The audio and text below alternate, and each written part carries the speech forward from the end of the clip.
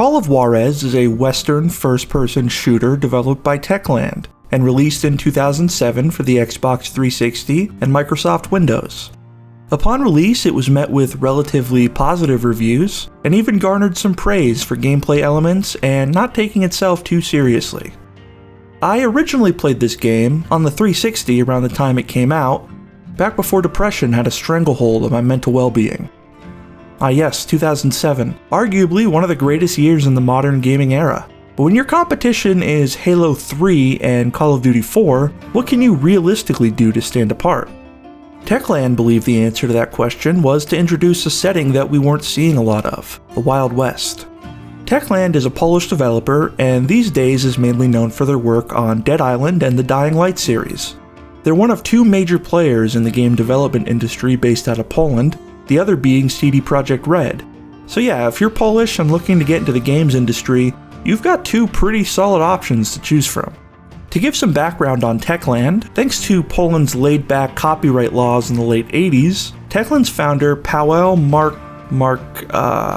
Marchuka made a lot of money reselling what I assume to be pirated software and computer games. In his high school years, he began supplying local shops with games, and the operation grew to an unfathomable degree.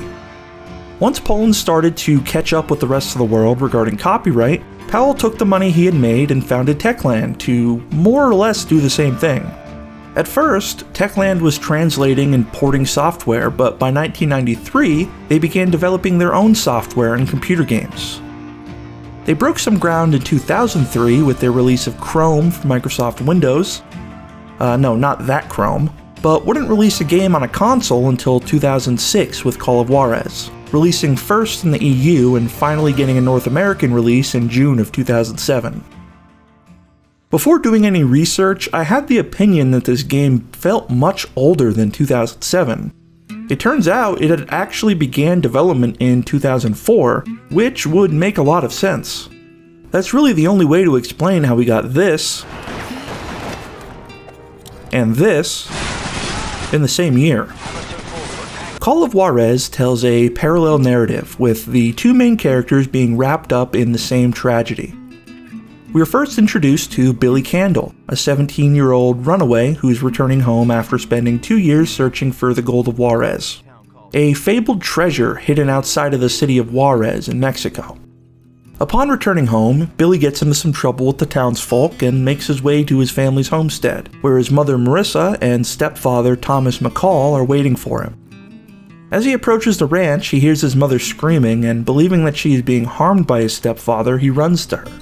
Our story fades to black as we go back in time a few minutes and meet our second character, the unlikely preacher Ray McCall. Ray is a man on a path to redemption, for a dark past that comes to light during the course of the game. During a church service, he hears a commotion at his brother's ranch, and he finds the bodies of Marissa and Thomas, with a horrified Billy Candle standing over them. Believing that Billy is responsible for the deaths, Ray vows revenge and sets off after the fleeing boy. From this point on, the game is split up into chapters that alternate between the two characters. Billy's chapters play more like a stealth adventure game than a first-person shooter. When he isn't sneaking around with his bow and arrow, he's swinging from branches with his whip, and constantly falling off the map. The stealth gameplay plays pretty well actually, and it's a highlight for me here. It offers a good bit of variety and a chance to breathe between the intense firefights that inhabit most of Ray's chapters. While Billy is on the run, right on his tail is Ray McCall, dual revolvers and Bible in hand.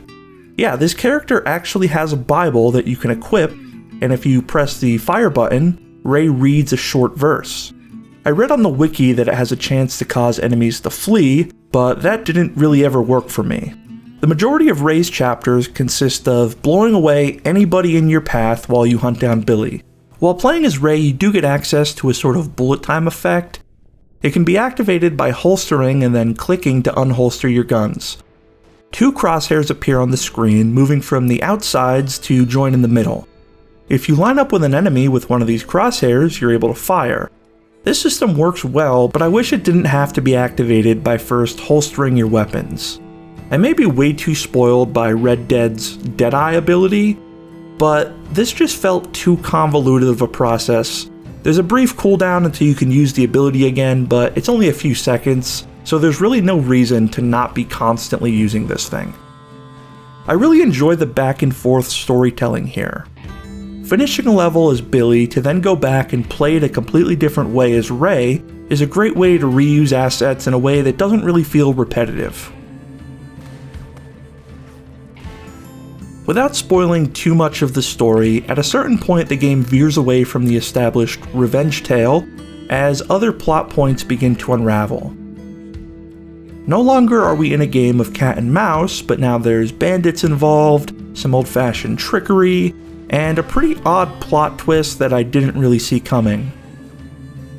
The storytelling peaks in its bookends, but gets a bit muddled during the middle. Regardless, I really enjoyed my time with these characters in this story. Call of Juarez has an incredible array of beautifully designed and fairly open levels. This game isn't open world by definition, but it's certainly on its way there. These maps are breathtaking and do a great job at showcasing the beauty of Western landscapes. From South Texas to New Mexico and into Mexico itself, the strengths of the Chrome engine are certainly on display here. Now, it wouldn't be a Western if there weren't a variety of era-appropriate weapons to choose from, and Call of Juarez delivers. There's a number of different revolvers, as well as a condition system that keeps you on your toes, with guns literally exploding in your hand. Thankfully, every enemy in this game drops the gun they were using, making it pretty easy to swap them out. There are also some rifles, shotguns, and explosives to spice things up a bit. I found myself using all of the guns during at least one segment. The game does a great job at making every weapon feel useful. I especially love the bow. If you aim down sights, it actually slows down time, making it a lot better than Ray's concentration mode, and getting kills with this thing was just way too fun. Overall, Call of Juarez is a fun shooter with a variety of gameplay elements that keep it from feeling stale.